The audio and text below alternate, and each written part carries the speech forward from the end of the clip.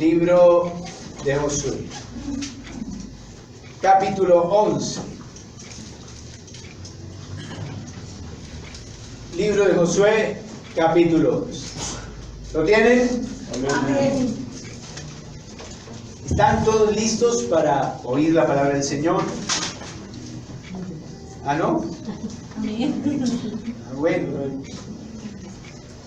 Leamos el versículo 23 únicamente esta noche. Dice la Escritura: tomó pues Josué toda la tierra, conforme a todo lo que Jehová había dicho a Moisés, y la entregó Josué a los israelitas por herencia, conforme a su distribución, según sus tribus, y la tierra descansó de la guerra. Amén. Padre, bendito para siempre tu nombre.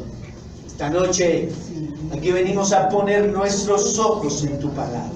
Esta noche aquí venimos, Padre, para escudriñar la Escritura, hallar en ella tesoros escondidos para nuestras vidas, para nuestro alimento, para nuestro crecimiento espiritual, Señor. Venimos aquí el día de hoy porque necesitamos, como hijos tuyos, escuchar tu voz. Como ovejas de tu prado, escuchar tu voz, ser apacentados por ti. Venimos aquí a ser vendados por tu palabra. Venimos aquí a ser confrontados con tu palabra, Padre. Y pedimos al Espíritu Santo que todas estas cosas las haga esta noche en nuestras almas, para que crezcamos, seamos creyentes maduros, fundamentados, cimentados, aleluya, en la bendita palabra. Muchas gracias. En nombre de Jesús. Amén y amén. Amén, hermanos. Tomen asiento todos, prepárense por favor con su esferito, su lapicito si lo trae, con su cuaderno de notas y sobre todo con su Biblia, que sea de papel, no en el celular, en la aplicación. No coja mañas, hermano, porque usted trae eso en el celular, ya sabe lo que pasa.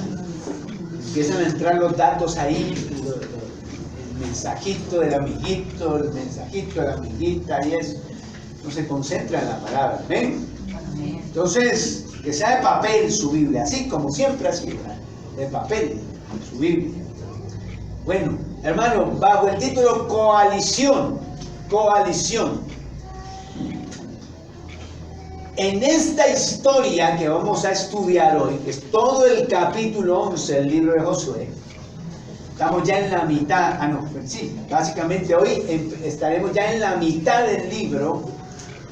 Vamos a estudiar, vamos a ver, es una coalición de reyes,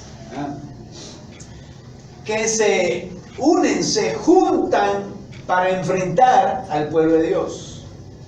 Muy parecido a lo que ya habíamos visto en el capítulo 10, sino que en el capítulo 10 solo fueron 5 reyes, nada más los que se unieron. Pero aquí la coalición fue más allá todavía. Y una gran cantidad de reyes, en realidad no sabemos cuántos, pero sabemos que eran muchos, por lo que ya vamos a leer, se juntan para enfrentar al pueblo, para expulsarlo de Canaán.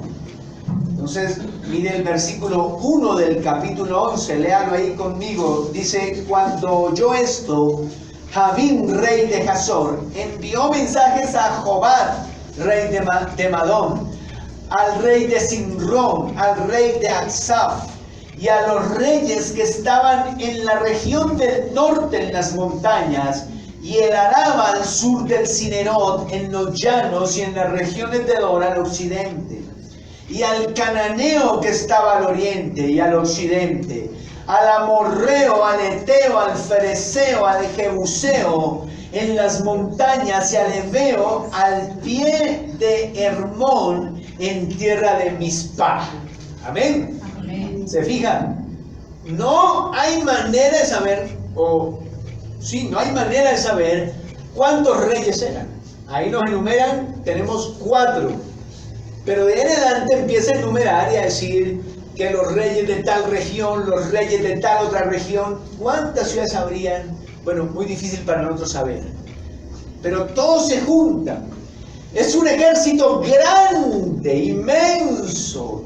El versículo 4 dice, estos salieron y con ellos todos sus ejércitos, mucha gente, como la arena, que está a la orilla del mar en multitud, en muchísimos caballos y carros de guerra. Entonces, no sabemos cuántos reyes, pero sí sabemos que era un ejército, dice el escritor, que parecía granos de arena, era como una playa, era muchísima gente ese ejército. Además de eso, ese ejército no solo venía con sus espadas, sus escudos, sus cuchillos, sino que venían con caballería, caballos, traían caballería, la temida caballería, pero sobre todo traían carros de combate. No sé si los ha visto en las películas, ¿no? Carro ahí, se subían 1 o 2 guerreros, algunos carros jalados por 2 caballos, otros jalados por 1 caballo, pero eso eran como los tanques de guerra de la época. Eso eran como los aviones, eso era lo último que había. El ejército que tuviera esos carros de guerra era seguramente un ejército muy, pero muy poderoso, hermano. Así que tenemos aquí una coalición, tenemos aquí al enemigo levantándose contra el pueblo, tenemos aquí en este texto un gran problema, ¿no? Y cuando estudiaba el texto, no podía dejar de pensar en eso, ¿no? En que a veces también nos pasa así a nosotros, ¿cierto? Todo se junta. ¿Sí? Hay épocas de la vida donde tenemos problemas aquí, otro problema allí, y esto, ¿verdad? Y bueno, y los vamos ahí zanjando, solucionando, estamos en prueba, pero no, nada extraordinario. Pero hay otras épocas de la vida que válgame Dios. Todo se junta, todo. Usted está enfermo, encima que está enfermo no tiene plata, encima que no tiene plata tiene problemas en su casa, encima que tiene problemas en su casa, las cosas van mal en el ministerio. Particularmente este ha sido un año así para mí. Yo nunca ningún año de todo mi cristianismo, nunca ningún año que yo recuerde en mi vida, yo había tenido tanta prueba, hermano. Pero sí, yo sí vivía pruebas, ¿no? Una, otra, sí, de a una me mandaba el Señor. Solucionaba una y eso sí, automático entraba en otra. Y ahí iba ejerciendo la fe, moviéndome. Pero este año hay meses donde cada semana hay una mala noticia. Cada semana hay una mala noticia. Cada semana, así. Y yo dije, estoy así como este texto. El enemigo levantándose, juntándose con todos los demonios. Y no solo me pasa a mí, de pronto le está pasando a usted. Y de pronto ya lleva años así, ¿cierto? Bueno, el texto hoy nos va a hablar de qué hacer en esos casos, cómo enfrentar esos casos, donde todo se lo junta, donde el enemigo arremete con más fuerza de la usual contra nuestras vidas, ¿no? Y vamos a ver hoy 4 cosas en todo este capítulo que nos dan ideas acerca de qué hacer en esos momentos. ¿Sí? Lo primerito es que hay que olvidarse el miedo. Hay que olvidarse el miedo. El verso 6 dice allí, mas Jehová dijo a Josué, no tengas temor de ellos, porque mañana a esta hora yo entregaré a todos ellos muertos delante de Israel. Desjarretarás sus caballos y sus carros quemarás a fuego. Ahora, usted ponga la firma que si ahí dice, no tengas temor de ellos. Es que cuando Josué y los generales del ejército se pararon allá en la montaña, en la planicie, y vieron ese ejército, vieron los carros, vieron los caballos, la caballería, tuvieron temor en su corazón.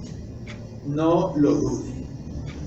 Porque si no, no habría necesidad que Dios le hubiera dicho, no tengas temor de ellos. Dios no le va a decir no tengas temor si sabe que no tiene temor. Pero se lo dice porque sabe que el corazón del valiente guerrero, del general del ejército de Israel, se ha llenado de temor, de terror. Porque hasta los más valientes les da miedo. Eso no es. Hasta los más valientes les descuece por allá algo. Cuando se le junta todo, cuando el enemigo arremete con furia, uno siente miedo, ¿no? Entonces, hay una visión del evangelio que le dice no tenga miedo, y está bien, pero es como hacerle sentir a uno que si uno tiene miedo es porque no tiene fe, que si uno tiene miedo es porque está mal, que si uno tiene miedo es porque es inmaduro, pero no es tal. Imagínense, aquí está Josué lleno de miedo, porque si hay algo humano en esta vida, es el miedo, es sentir miedo, es sentir temor, es sentir terror, hermano. Amén. Amén. Pero por ello mismo tenemos que aprender que tenemos que combatirlo. Y la principal herramienta para combatir el miedo es la palabra, las promesas de la palabra del Señor. Amén. Por eso ahí dice, mire, verso 6, otra vez diga, no tengas temor de ellos. Tenemos también para nosotros estas palabras. El Señor sabe que vamos a tener miedo, el Señor sabe que nuestro corazón se llena de terror a veces al ver la enfermedad, al ver las dificultades, al ver cómo se levanta el enemigo. Pero así como vemos eso, al mismo tiempo tenemos que recordar que no debemos tener miedo, hermano. Amén. Amén. Los miedos son para enfrentarlos en el nombre de Jesús. Amén. Los miedos son para derrotarlos en el nombre de Jesús. Amén. Para eso son los miedos. No para que nos dejemos arrinconar, amedrentar, angustiar, entristecer en gran manera, sino para que los enfrentemos, vayamos adelante a la carga contra todas esas cosas que nos producen temor en la vida. Más abajo, en el mismo capítulo 11, hay una ilustración de esto, ¿no? Como un ejemplo que nos quiere dejar el Señor para que lo veamos. Vea, en el verso 21, quiero que lo mire, dice allí, también en aquel tiempo vino Josué y destruyó a los anaseos de los montes de Hebrón, de Debir, de Anat, de todos los montes de Judá y de todos los montes de Israel. Josué los destruyó a ellos y a sus ciudades. Ninguno de los anaseos quedó en la tierra de los hijos de Israel, solamente quedaron en Gaza, en Gad y en Asdod. Y entonces usted dice, ¿cómo? ¿Qué tiene eso? De pronto lee otro versículo y ya se acuerde, ya le haya gracia al texto. Entonces no vaya a perder aquí Josué 11 y venga conmigo a Números 13:32. Números 13:32. Cuando lea eso, se va a acordar de los anaseos. Números 13:32. Números 13:32 dice, y, amén. Bueno, Números 13:32 dice, y hablaron mal entre los hijos de Israel de la tierra que habían reconocido, diciendo, la tierra por donde pasamos para reconocerla es tierra que traga a sus moradores. Y todo el pueblo que vimos en medio de ella son hombres de gran estatura. También vimos allí gigantes, hijos de Anak. Raza de los gigantes, y éramos nosotros a nuestro parecer como langostas, y así les parecíamos a ellos. ¿Ya se acordó? ¿Quiénes son los anasenos? Los gigantes. Aquellos que el pueblo dijo, no podemos contra ellos. Aquellos que el pueblo hacía 38 años atrás había dicho, es imposible. Somos bichos, somos insectos, somos piltrafas, somos nada delante de esos paladines.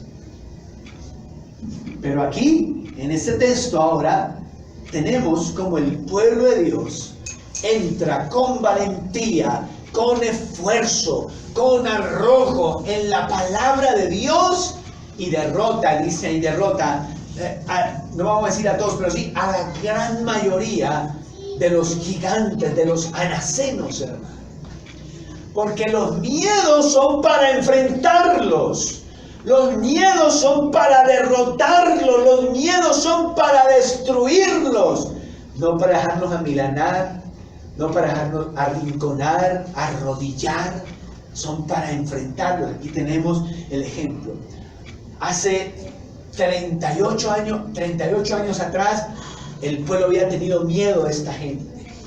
Ya sabemos que de esa gente que tuvo miedo, ni uno entró a la tierra prometida, solo Josué y Caleb, ¿verdad? Y sus familias, solo ellos entraron allí. Pero seguramente habían oído de los gigantes. El texto al inicio nos dice que tuvieron temor de ver el gran ejército. Seguramente esta gente no estaba en ese ejército, pero recordaron las historias. Estos fueron los que dijeron que no podíamos vencer, pero ahora en el nombre de Jesús vamos a ir adelante y vamos a vencer a estas personas, porque sí se puede, porque sí es posible, porque el Señor está con nosotros. Amén. ¿Verdad? Amén. Así es. Así que cuando todo se le junta, se enfermó, tiene un problema en la casa, no hay plata para el arriendo, cogió los servicios, están que se los cortan, amén, el pastor lo pone en disciplina. ¿Sí? Acuérdese, no temer, no tenga miedo, no tema, no tema. O sea, ¿le va a dar miedo? Sí, pero acuérdese que hay un mandato: no tema, venza el miedo, vaya adelante. Ese es lo primero que nos dice el texto. Ahora, lo segundo que nos dice el texto tiene que ver algo con lo que ya vimos, pero volvemos a Josué 11:7, ¿no? Y entonces dice allí que Josué y toda la gente de guerra con él vino de improviso contra ellos junto a las aguas de Merón. Número 2, siga siendo proactivo. Si usted no entiende qué es proactivo, o si yo no me hago entender mejor con qué es ser proactivo, solo piense en lo que quiere decir ser inactivo. Ya, con eso yo creo que ya queda. Proactivo es el antónimo de inactivo. ¿Qué es inactivo? Quieto, ¿verdad? Ahí, paralizado. Eso es. Por ende, proactivo, ¿qué será? Que se mueve, ¿cierto? Que hace, que toma acción, que tiene iniciativa. Eso es ser proactivo. ¿Ven? Y en el texto que acabamos de ver, y no solo en este, sino en el anterior, pero bueno, centrémonos en este, vemos un Josué, un Israel proactivo. Pues ahí está, ese ejército acampado inmenso, inmenso. El ejército de Dios está aquí. Entonces, no van a esperar a que ellos se planten en pie de guerra.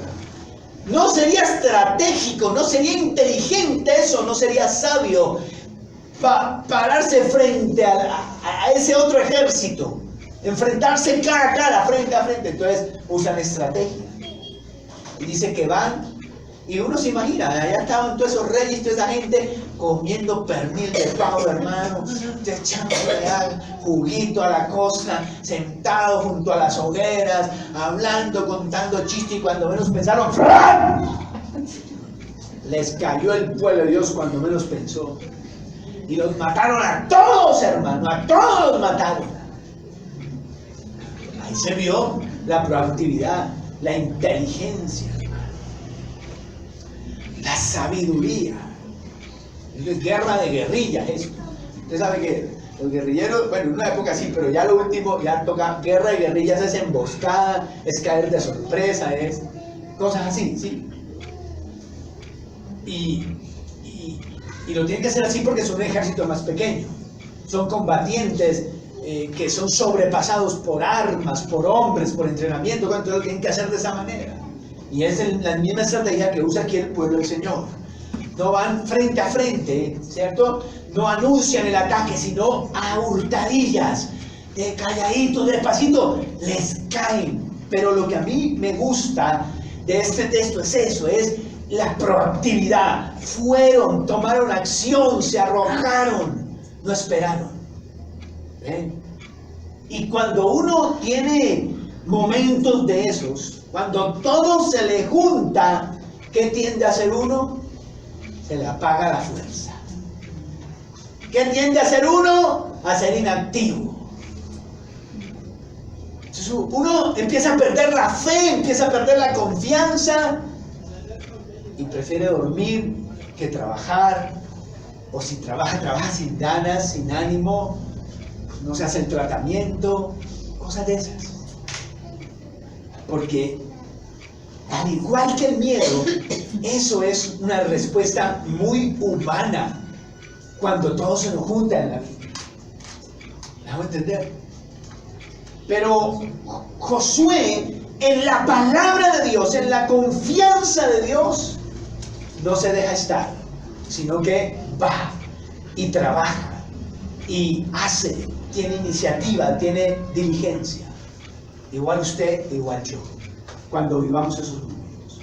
Prométase a usted mismo no dejarse rotar del desánimo y la inactividad. Comprométase con usted mismo a no permitir que la inactividad lo arrope, lo abrace, usted pierda impulso.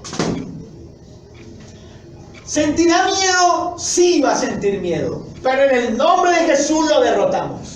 Amén, amén. Sentirá ganas en esos momentos de no hacer nada, de dejar todo así y ya, sí lo va a sentir. Pero en el nombre de Jesús nos levantamos para ser diligentes y seguir tomando acción en las cosas que estamos haciendo, en las cosas que tenemos que resolver, en las cosas que nos toca enfrentar. Así se vive. 3. Ahora viene lo tercero.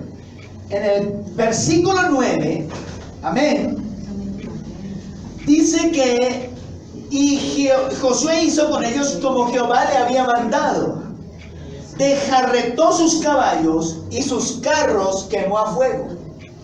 Entonces, lo primero que uno tiene que averiguarse es qué es desjarretar. Porque eso suena como a vegetar, ¿sí o no? Como que quiebre de la jeta. ¿Verdad, hermano? Entonces uno Google, normal como siempre. Google, sí. Desjarretar. Desjarretar es cortar, ¿sí? La parte de atrás de las rodillas. O sea, que lo que, sí, el tendón ahí, que lo que el Señor mandó, porque fue un mandato del Señor, ¿no? Y aquí los animalistas dirán, ay, pero los caballitos. El mandato del Señor fue, pues, por eso soy vegetariano, dirán, ¿sí? Ver por detrás y cortar para que los caballos quedaran lisiados y murieran. Pero murieran así, o sea, feo, o sea, muerte, ¿no? Ahí ya tirados en el piso, no pueden levantarse a comer, a tomar agua, nada. Así, el Señor mandó matarlos así. Son de las cosas de la palabra que uno queda como que, ¿cómo va a ser? Bueno, pero vamos a ver que eso tenía un propósito superior. ¿Sí? Igual, los carros. Dice, todos esos carros que usted ya dijo que ha visto en películas, los mandó quemar el Señor. Y uno en su humanidad dice, pero ¿qué son esas órdenes, Señor? ¿Por qué no cogemos los caballos para nosotros? Imagínese la caballería que llegaríamos a tener. ¿Ah? Matamos la gente, pero los cogemos los caballos y así somos un ejército más poderoso todavía porque tenemos caballos. ¿Qué son esas órdenes, Señor? Podríamos coger los carros de guerra para nosotros. Ni Faraón se nos enfrenta así. No hay imperio, no hay ejército que se nos enfrente con esos carros. ¿Sí? Cada israelita con su carro. ¿Sí? ¿Por qué el Señor manda desjarretar los caballos y quemar los carros? Si pudieran haber sido usados. ¿Sí? Uno hubiera dicho, me los cojo. ¿Sí? Pero esto tenía un propósito superior. No podemos entender por qué el Señor manda matar así los caballos. Bueno, cuando llegue al cielo, todas esas son las preguntas que usted anota. Usted se las haga ya al Señor. Hay gente que dice que no diga uno eso porque cuando uno llega al cielo no va a tener ganas de hacer preguntas. Va a quedarse contemplando nada más, impresionado. Ahí no hay tiempo para preguntas. Solo adorar. ¿Sí? Bueno, pero si nos dan la oportunidad de hacer preguntas, vaya anotando por qué el Señor mandó arretar los caballos. ¿Por qué no que los mataran con lanza y ya o algo? ¿Por qué precisamente arretados? ¿No? Bueno, hay cosas que no se entienden. Pero responde a un propósito superior. Y es que el Señor no quiere que Israel se vuelva un ejército fuerte y dependiente de los caballos y los carros. La gracia de toda esta conquista está en el hecho de que ellos no son un ejército poderoso, pero es poderoso su comandante. Esa es la gracia de esta conquista. De toda la que ellos hicieron de la tierra. De los muros de Jericó, de Jai, de todo lo que acabamos de ver de los 5 reyes, de esta otra coalición. La gracia de esa conquista está en eso. Israel es un ejército pequeño en comparación, débil.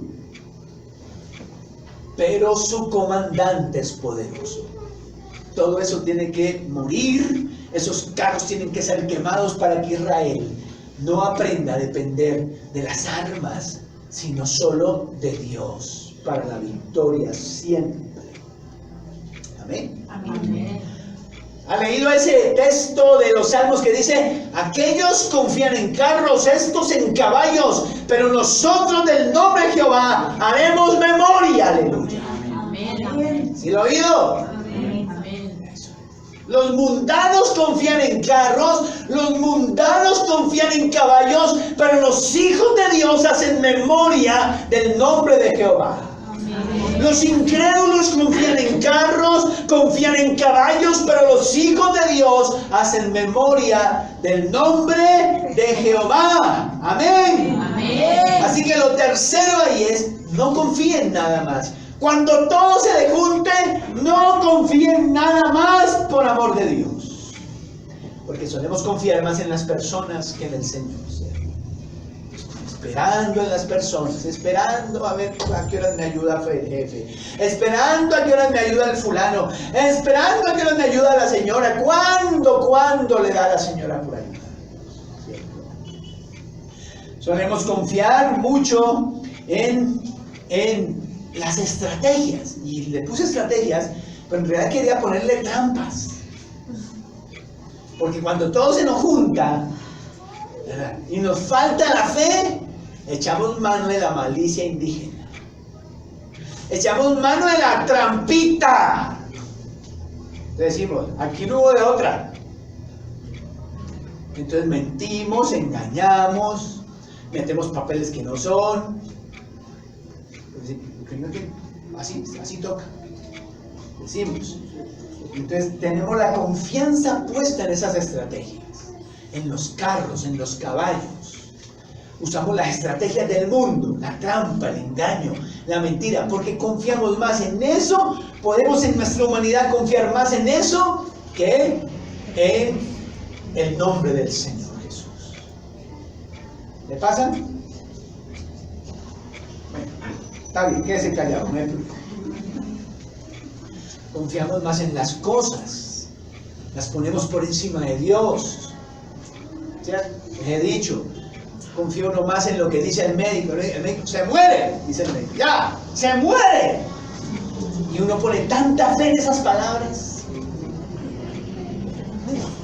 Se le hace tan fácil poner fe en esas palabras, más fácil que ponerlas en la palabra. El jefe dice: lo voy a echar. Y uno enseguida pone fe en esas palabras, una fe tan poderosa, que ya solo hace pensar en eso, su mundo se mueve alrededor de lo que dijo el jefe, el médico, porque uno pone una fe en esas cosas. Le cuesta tanto, y tan difícil poner fe en la palabra de Dios para nosotros. Dice la mujer, me voy. Me fui, ya, no me lo aguanto usted más. Me voy. Y usted pone una fe en esas palabras. Se va, se va. Aleluya. Se va. Damos gloria a Dios, se va. No, anulo. Reprendo y machaco, dicen por ahí. No, pero nota que uno pone fe en las palabras de la gente. ¿Sí se han dado cuenta de eso o no alguna vez? Uno pone una fe en las malas noticias, pero una fe tan poderosa, hermano, que ya no duerme, ya no come, solo piensa en eso. La vida empieza a girar en esa mala noticia, en la fe que uno puso en esa mala noticia, en que eso va a ser así. Ya, no hay otra, no hay más que hacer. Y uno reflexiona, ¿y si pusiéramos tanta fe en las promesas del Señor? ¿Y si las promesas de Dios giráramos también alrededor de ellas como giramos alrededor de la fe en las malas noticias? Entonces, ¿qué hace el Señor a veces? Nos quita a la gente en la que confiamos. Nos quita, hace ineficaces las estrategias en las que confiamos. Hace ineficaces las cosas, las puertas se nos cierran. Se cierran todas. Eso equivale a dejarretar los caballos y a quemar los carros. Vas a confiar en mí, no en él, no en ella, no en esto, no en esto, en mí vas a confiar. Y así vas a aprender. Las puertas se cierran, los carros se queman, los caballos son dejarretados. Se te cierran las puertas, porque vas a confiar en mí, no en ellos. Amén. ¿Ven? Y por último, sigue la historia. Los mataron a todos.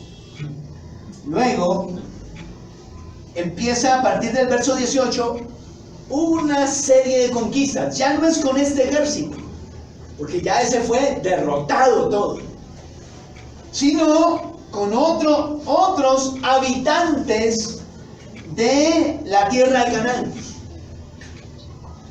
Entonces allí usted puede leer, por ejemplo, en el versículo 17, bueno, desde el 16 al 17, los reyes y las regiones donde ahora ellos van a emprender batalla. ¿Ven? Y dice el verso 18, por mucho tiempo tuvo guerra Josué con estos reyes. Por mucho tiempo. Entonces, si usted lee el capítulo 10 con cuidado, por ejemplo, versos 31 y 32, vamos a leerlo, dice, y Josué y todo Israel con él, pasó de Libna a Laquis y acampó cerca de allí y la combatió, dice, y Jehová entregó a Laquis en mano de Israel y la tomó al día siguiente. ¿Cuántos días duró esta batalla? 2 días. En 2 días vencieron a Laquis, la ciudad de Laquis, la tomaron. Luego, versos 34 y 35 dice, de Laquis pasó Josué y todo Israel con él a Eglón, y acamparon cerca de allí y la combatieron, y la tomaron el mismo día. ¿Ven? Y así hay batallas nuestras, rápidas, las ganamos rápido, las vencemos rápido, y estamos felices. Pero hay otras batallas que no se ganan en un día ni en 2 días. Hay batallas, la mayoría, se ganan en años de luchar contra esos reyes. Años. ¿Sí? ¿Ven? Por mucho tiempo tuvo guerra Josué con estos reyes. ¿Cuánto tiempo? Vamos a hacer una cuentica aquí, más o menos, para tratar de acercarnos a cuánto fueron los años que Josué tuvo guerra, ¿no? Ahí. Porque cualquiera diría, no, eso entraron a la tierra prometida, Jericó, Jai, los 5, eso en un mes ganaron. No, eso les costó. Por ejemplo, capítulo 14, verso 10. 14, verso 10 nos habla de Caleb. ¿Se recuerdan a Caleb? Que dice, ahora bien, Jehová me ha hecho vivir, como él dijo, estos 45 años desde el tiempo que Jehová habló estas palabras a Moisés, cuando Israel andaba por el desierto, y ahora aquí, yo soy de edad de 85 años. O sea que al final de la conquista, Caleb tenía ¿cuántos años? 86. ¿Cierto? Amén. Y tenía 78 años cuando la conquista comenzó. O sea, cuando empezamos a ver eso de Jericó, todo eso, él tenía 78 años. Donde dice eso, capítulo 14, verso 7, dice: yo era de edad de 40 años cuando Moisés, siervo de Jehová, me envió de Cades Barnea a reconocer la tierra, y yo te traje noticias como lo sentí en mi corazón. 40 años más 38, tenía 40 en el momento que él y Josué van a mirar la tierra prometida. A partir de ese momento fueron 38 años vagando en el desierto, o sea que eso da ¿cuánto? 78. Cuando comenzó la conquista, Caleb tenía 78 años. Ahora, cuando termina, él mismo dice ahí que tiene 85. O sea que ¿cuántos años más o menos duró la conquista de la tierra? 100. Estas batallas que nos hablan aquí en el verso 18, fueron de 7 años de lucha. 7 años de guerra. Usted va por el primero hasta ahora.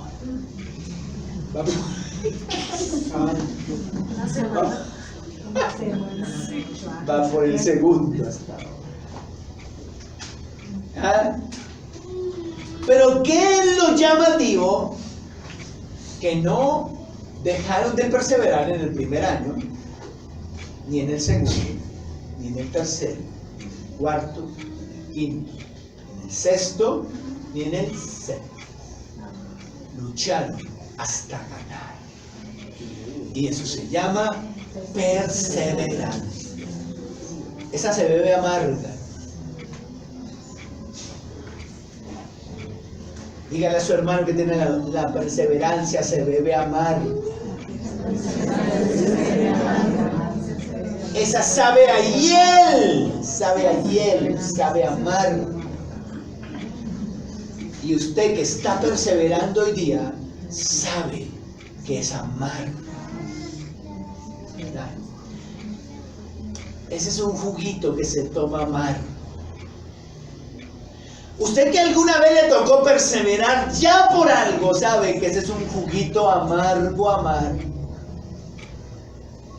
Luchar 1 año sin ver resultados, 2 años sin ver resultados, 3 años, 4, 6, 7, 10 años luchando, solo gastando fuerzas sin ver los resultados. Eso se bebe amargo, muy amargo. Pero los frutos son dulces. Dígale a él, pero los frutos son dulces. Dígale. Para que no se quede con ese amargor en la boca. Para que no se quede con ese amargor. Porque no quiero que se vaya con ese amargo en la boca. Dígale, la perseverancia es amarga, pero los frutos son dulces. Amén. Dulces. Amén. Qué lindo es cuando lo logramos después de los años. Qué lindo es cuando lo alcanzamos, aun cuando ya ni teníamos esperanza. Seguimos trabajando solo por obedecer y nada más. Qué lindo es cuando alcanzamos y sentimos esa satisfacción. Disfrutamos los beneficios de aquello por lo que luchamos tanto tiempo. Los frutos son dulces. No se dé el permiso de desistir. No se dé permiso de abandonar. No se dé el permiso de dejar las cosas a medias. No se dé el permiso de abortar las cosas que ha emprendido. Ponga la mirada en un punto y no la quite hasta que no logre. Cuando vaya por algo, no regrese hasta que lo haya conseguido. Amén. Amén. Padre, te damos gracias por tu palabra el día. Dios santo, a veces la vida se pone muy pesada. Viene prueba tras prueba, tribulación tras tribulación juntas. pocas cosas salen bien, muchas salen mal. Se inunda la vida de malas noticias, Señor. Así sabemos, así pasa, así ocurre. Pero esta noche, llénanos de valentía, Padre. Que a pesar del miedo podamos ganar. Que a pesar del miedo podamos derrotarlo. En tu nombre podamos derrotar el miedo. Podamos tomar acción, Señor. Y ser proactivos. Y a pesar de que ya no queramos hacer nada y estar en la inactividad, tú nos permitas ser proactivos, seguir trabajando sin miedo, Padre. Que podamos entender en estos momentos, Señor, que no podemos confiar en nada más. No podemos confiar en la gente. No podemos confiar en nuestra malicia indígena. No podemos confiar en las cosas. No podemos confiar en los carros y en los caballos. Que en esos momentos hagamos memoria del nombre de Jehová. Aleluya. Dios Santo, te pedimos que nos des el don de la perseverancia. Hoy día muchos de nosotros bebemos el amargor de ese jugo, Señor. Y seguimos trabajando por obedecerte, por obediencia. No desmayamos porque sabemos que es tu voluntad y ese es tu deseo. Que seamos valientes y esforzados. Pero síguenos dando, Padre, el don de la perseverancia. Síguenos permitiendo vivir este jugo amargo, Padre, con la esperanza puesta de que sus frutos serán dulces. En nombre de Cristo te damos gracias por tu palabra. Amén, Señor. Y amén. Amén. Den un aplauso.